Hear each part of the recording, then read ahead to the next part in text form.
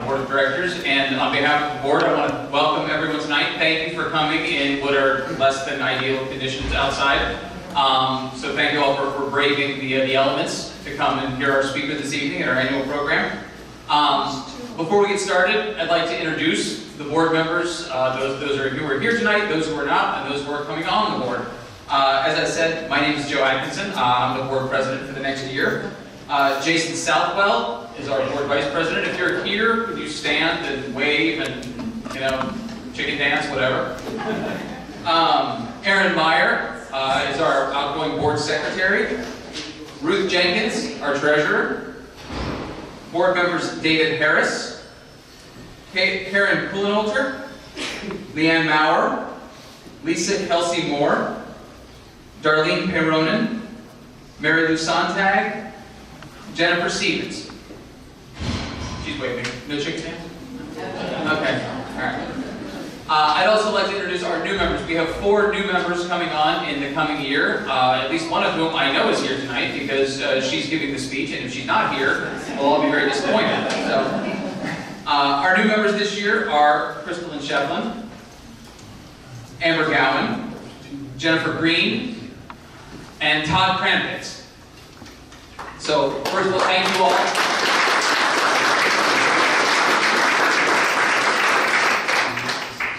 Thank you all for joining us on the board. We look forward to working with you in the coming year. We have a couple of quick housekeeping items to do before we get started, before we let Kristalyn come up here and actually find the correct spelling of her name there, not here. I went phonetic. She is an associate professor of history at the University of Southern Indiana, where she has been for the last 9 years. She is originally from, quote, everywhere, by way of Minnesota and Cleveland. She got her PhD from Ole Miss before again coming to Evansville 9 years ago to take her current position at the University of Southern Indiana. Her topic tonight, I'm actually going to read from up here, is an oral history and memory of Evansville's restaurant history. It's a topic that she got interested in while studying with the Southern Foodways Alliance, and she will tell you more about that. I will say without further ado, please join me in welcoming Dr. Kristalyn Shefveland.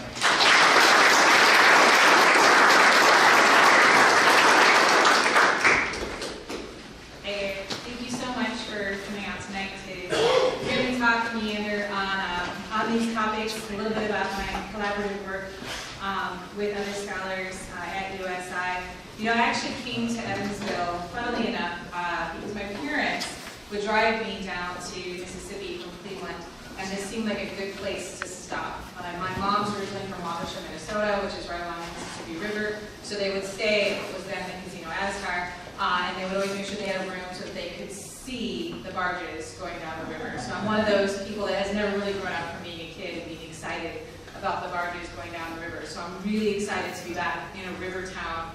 And happily enough, USI happened to have a job that was in my exact position. And I'm pretty sure I got the job because I came in and said, oh yeah, no, I've been to Evansville. I know exactly where it is. I really like Smarties.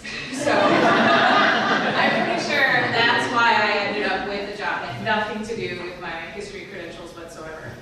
But first, why oral history? Oral history helps round out the story of the past.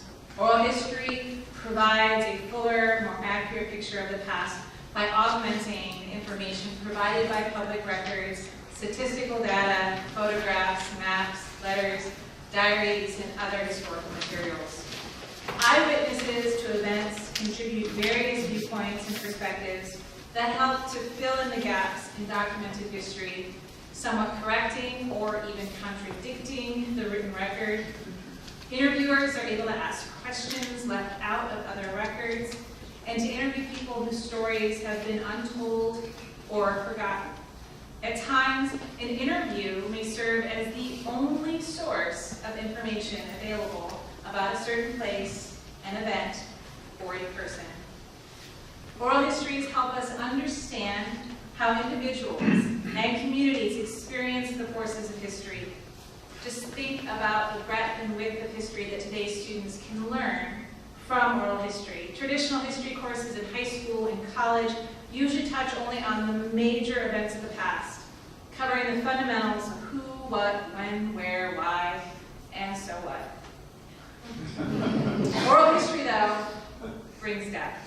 to our understanding of the past by carrying us into experience at an individual level. And so I'm a social historian. I believe in telling stories in the classroom, and I believe in collecting stories from the community. I get two reactions when people find out I'm a historian. One is a very sheepish, hated history. It's my worst subject. Absolutely the worst class I've ever taken in my life. I'm just at Schnucks, really just trying to buy some groceries, and I'm really not trying to offend anybody with history. Oh, what do you are at USI? What do you teach? I teach history. Oh, okay, history. Or, oh, I love history. And then 20 minutes later, I know their entire life story. And after having been here long enough and hearing these stories, I started to recognize we really need to save these stories. I collect them, I want to hear them, my students want to hear them, but I wanted to pick up where some of my predecessors at USI left off. There had been oral history collections by history professors at USI for quite some time. Pittsburgh and Brigham had wonderful oral history collections, but there hadn't been an active collective effort on the part of the history department for some time. Now, Dr. Stella Retz, the History Harvest, is working to collect stories, and I'm also working with the Evansville River Cities Oral History Project. This project logo was designed by local graphic designers Rachel Wambach and Matt Wagner, and it is a collaborative effort between members of the University of Southern Indiana's Department of History and the Department of Communication Studies. Our goal is to collect memories, stories, and recollections about Evansville. And by recollections, I mean everything from the yesterday past. We want to introduce USI students to the process of conducting oral history interviews and the importance of maintaining regional history archives. For the community, this project will provide an invaluable resource of public history that allows for the collection of important and culturally significant accounts of personal experiences and reflections of their histories in the tri-state region. We hope to make this project fully accessible via digitally archived websites in tandem with the existing archives at USI to better connect the university historical resources to the community. So one of the major things that we want to do with this, with the collection of stories, with the collection of soundscapes, is to create this regional archive of this important place. And in so doing, we began our official collections at the Westside Festival. And so I want to read to you, we have about 87 interviews that we conducted at the Fall Festival. Some are as short as 2 minutes long, some are as long as 45 minutes. We talked to a number of Met Club members. We also talked to booth workers and tried to get random people on the street to talk to us as well. It was a really wonderful opportunity for communication studies students to get out and start practicing oral history techniques. So first one, the one I want to share with you today comes from Lauren's interview with Alan Becker. And Lauren said, "Thank you for doing this interview. First of all, we really appreciate you all taking time out of your schedule to do this for us. Basically, we're collecting oral stories about the Fall Festival and the Nut Club. We wanted to get some members and hear their input about their experience. You know, stuff like that. I'm going to start asking you a series of questions about the Fall Festival, and then a series of questions about being in the Nut Club." So, Alan replies, "Fall Festival, my first Fall Festival. Golly, I guess the old corn stalks and decorating everything. The fronts of the storefronts, competition between the stores and the merchants to have the best decorations, and the entertainment was always professional entertainment on the stage. They had acrobats and various people like that. I don't know, just how it's grown over the years are some of my favorite memories. The good food, the fellowship among the members, everything was a lot of fun." So we find from this interview, Alan's been going since about 1950. He has been coming for about 55 years, 65 fall festivals, and talking about various favorite fall festival memories. Going back, talking about when Hopalong Cassidy was there, Minnie Pearl was there one year, standing down stage and watching the entertainments up there. Talking about the history of the Fall Festival, how it was a very small group that first came together.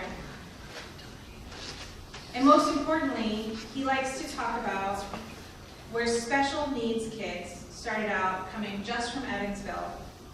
And one of the ride people, he says, I believe it was Miller, and Dave Nuremberg got a hold of it. And then the next year, they had the Special Needs Festival on Tuesday mornings, and that had grown all over the tri-state. There had been just a few schools in Evansville, but now it's Warwick County, Posey County, and some from Kentucky come in for this, and it's all free for the kids. High school cheerleaders come in, various groups come in, help supervise the kids and take them around, and they have a ball. This is all probably very well known to Westsiders and Westside Nut Club members, but this is information for future generations that's important to maintain. Who was involved? When did these events start happening? And why the straw hats? Well, there's no special garments except to wear the straw hats at all times. It designates to someone so that if there is a problem, we can help solve it. We can get a hold of a person who can solve it. If kids get lost or something, they know that there is a safe place. They have someone that they can go to that can get them taken care of, that can get them helped. And, of course, foodways. What kind of things do people see and do at the Fall Festival? Well, most of them just walk around, stop at various spots to eat. Sometimes they sit out and watch for people to go by, ride the rides. If they've got kids, they definitely ride the rides, and kiddie rides as well as the others. Some of them play the games in the booths. It's all part of the carnival atmosphere. And Nolan asks, was it always a very food-focused festival? Pretty well, yes. To my knowledge, it was. And what's the craziest food you've ever had at the Fall Festival? Well, golly, I never did try the crickets. I don't know. I had crickets, or and he says I wasn't too adventurous of food. If I could have a sausage burger, a bowl of chicken and dumplings, a pronto, something like that, that was about it. I wasn't too adventurous. His final thoughts, favorite part of being in the Nut Club, the fellowship. Knowing a bunch of good people. And if you have a problem, all you have to do is ask the word and you'll immediately have someone that can help you out if you have out of your problem and they're good about backing each other up. So we get a lot of things. We conduct these interviews and sometimes folks will start off with, I have absolutely nothing to say about history. I have nothing important to talk about. Nothing that I can share. Will do anything you could possibly work with. Well, we've got a lot about community in the little excerpts that I've just shared. We've got a lot about brotherhood. We've got a lot about the importance of an organization. But we also have a lot about particularly the things like pronto cups, chicken and dumplings. So why study foodways?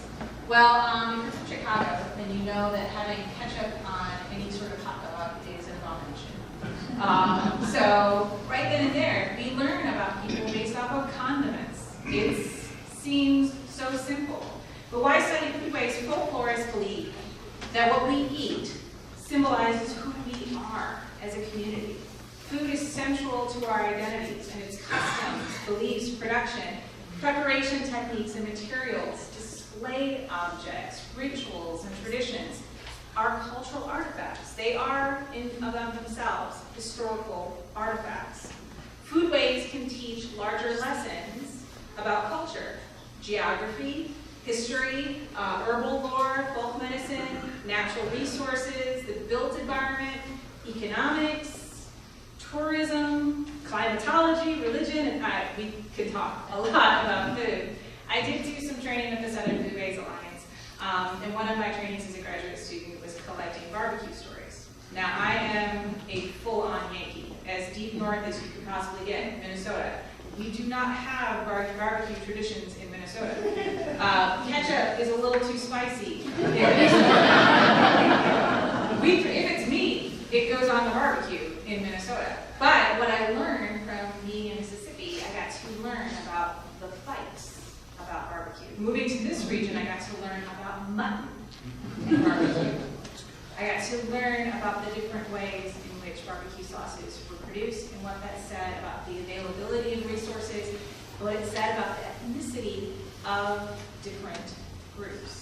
That this region in particular has very specific burgoo. It's very different from Eastern Kentucky burgoo.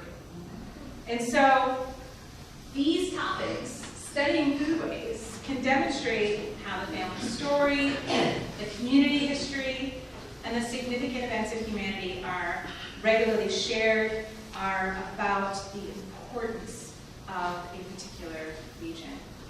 So, about those Pronto Pups. Did you know that the Pronto Pup is an important part of history for GIs?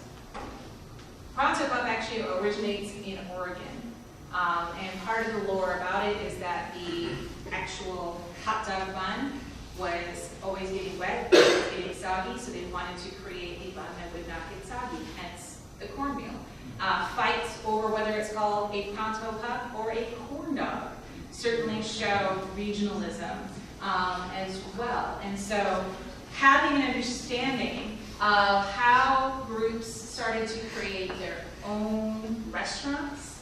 After World War II, a number of GIs started their own restaurants, and so the Pronto Pup was actually a chain that came out of Oregon and then became a chain that went to a number of carnivals around the country. Now, the original Pronto Pup is still in Oregon, but nowadays it's just a carnival food that goes from region to region. So, food studies is a relatively new field of study that explores the intersection of food, culture, and history, whereas food science emphasizes food microbiology, food chemistry, food engineering, and other related fields. Food studies look at what people say about the people who prepare it, the people who consume it, and how culture shapes the dietary choices that people make. Foodways is a study of the traditional activities, the attitudes, and the beliefs associated with food that are expressions of cultural continuity, group identity, and folk culture. And now, to talk a little bit about what I'm studying for the Evansville restaurant history. Again, I fell into this project in part because of my love affair with talking to folks about local history and collecting stories, and because of my interest in traditional foodways and my interest in the ways in which people work in restaurants, the ways that traditions have spanned generations. So one thing I often ask my students to do, especially in my survey classes, is I ask them to think about a tradition that they have in their family. And many of them will say, well, my mom's not a very good cook. So we don't have, this long, wonderful, elaborate tradition of hand rolling, dumplings or what have you. I'm like, well, I don't really hand roll dumplings. But tell me about what your family makes. What do you remember? What are foods that make you think of a certain person? What are traditions that you have? Examples that I give, after GIs introduced Spam to Japan, there are all sorts of foodways now involving bitter melon and Spam that two subsequent generations of Japanese Americans are traditional foodways. Musubi, which is a food you can find in Hawaii, which is Spam sushi, Spam sushi rice, traditional foodway, incorporating Spam. Thinking about the ways that we change, potato dumplings now often made with not real potatoes, but potato flakes. Those sort of things.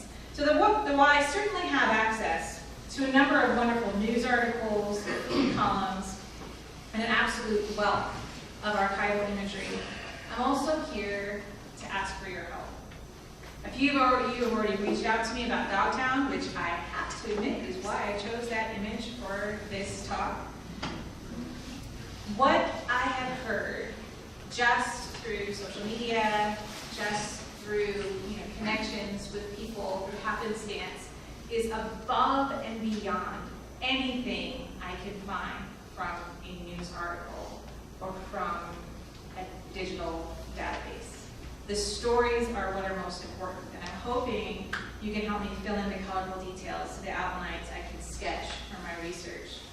So I've included my email here, and I have handouts as well, because I know already there is a tavern culture here in Indiana. I see Josh back there. He needs to talk to me about brewing traditions. Yeah, him and Joe Engler on the line for traditions, brewing, and the resurgence of brewing traditions, the resurgence of coffee house traditions in Evansville. One of my favorite places that I'm working on and thinking about is the Evans Cafe.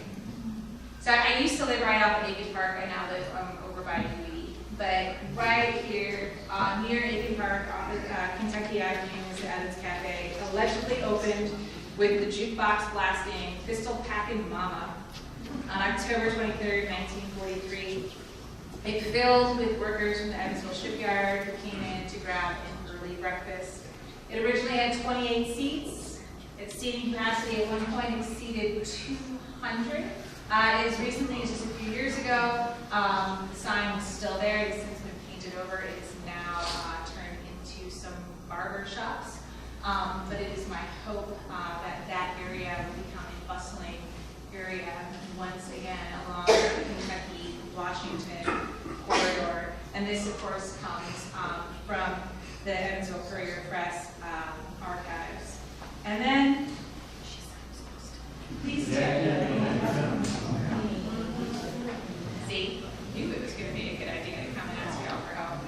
So, Kingfish, which is still in existence in Louisville, has operated in Louisville and thereabouts for about 70 years. They only have their 2 original riverfront stores. Started out in 1948.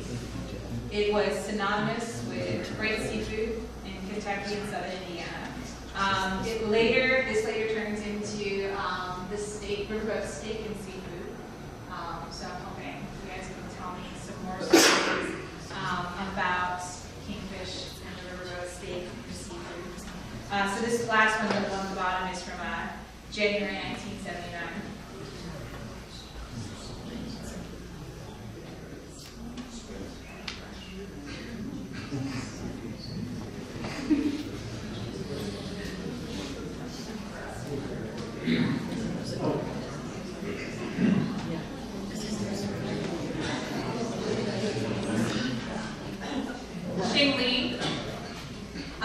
Been working on, of course, since they were able to reopen. Recently reopened. There was a building that caught next door that caught fire. That also, of course, hurt the River City merchant shop that Heather and Clint own right there in downtown Evansville. This is the first and the oldest operating Chinese restaurant in Evansville. It is well known for its egg drop soup, its beef and broccoli, which is a very original beef and broccoli. It's very Salisbury steaky beef and broccoli, but amazing Cantonese style egg rolls.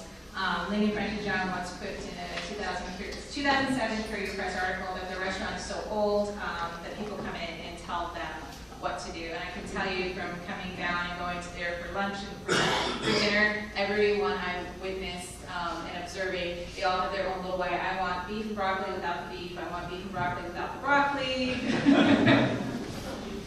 I want extra mushrooms in my egg drop soup. They're very customer oriented, so it's really lovely to see a restaurant that has lasted this long. But again, to be one of the first in the region and to have survived what they have survived. 2 restaurants that I really want to kind of open the floor to and hear your stories about, because I want to know.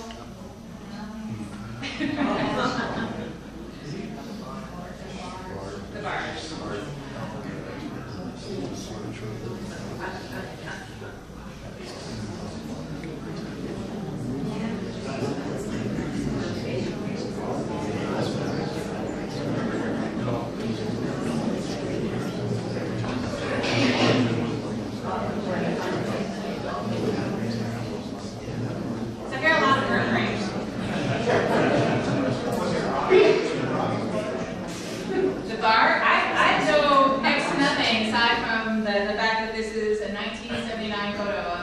the famous barge. And I was born in 1979, and I did not live here, so. My father told stories of the barge, but it wasn't food. I hear that a lot too. That's what I hear about funkies. Funkies is that another place we're like, oh yeah, that's awesome. Where was Maddie? Oh, okay. Right off of Green River. Right, Green River. The bar plays several years for that. The bar plays every Friday night, every Friday afternoon. When a barge went by the river, they brought 3 appetizers. Everyone was hand-breaded, and all the drinks were half price. Every time a barge would go by. Now, there's a lot more barges today. I don't think we could stay sober that long. I know they looking out the windows going, the barge going to be happy for us. But yeah, that's what they did. Every Friday night. Anybody else? That's in the inland marina. Okay, yeah. If you're going to the current location of the LSP, you would pass right by there. And one of the keys is it wasn't actually in the river, if I'm looking at the right angle.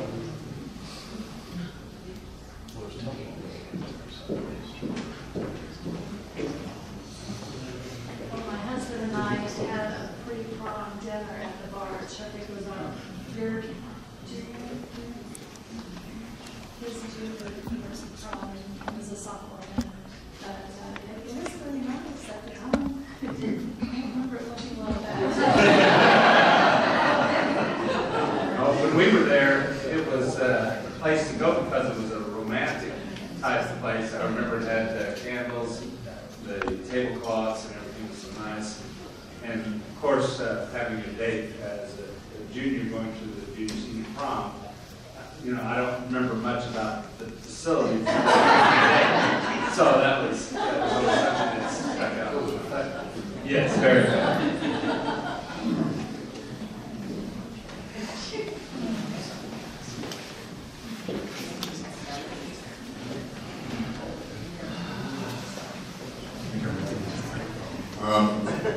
What I remember specifically about it, it had Kentucky football Okay. because it was on the market. And at that time, Kentucky owned all of it, as it should. Because you could go to Robbie's Barge and get things you couldn't get. All the way from here. Yeah, totally. That's about all I remember about it because I had some of those. You had something? I may have.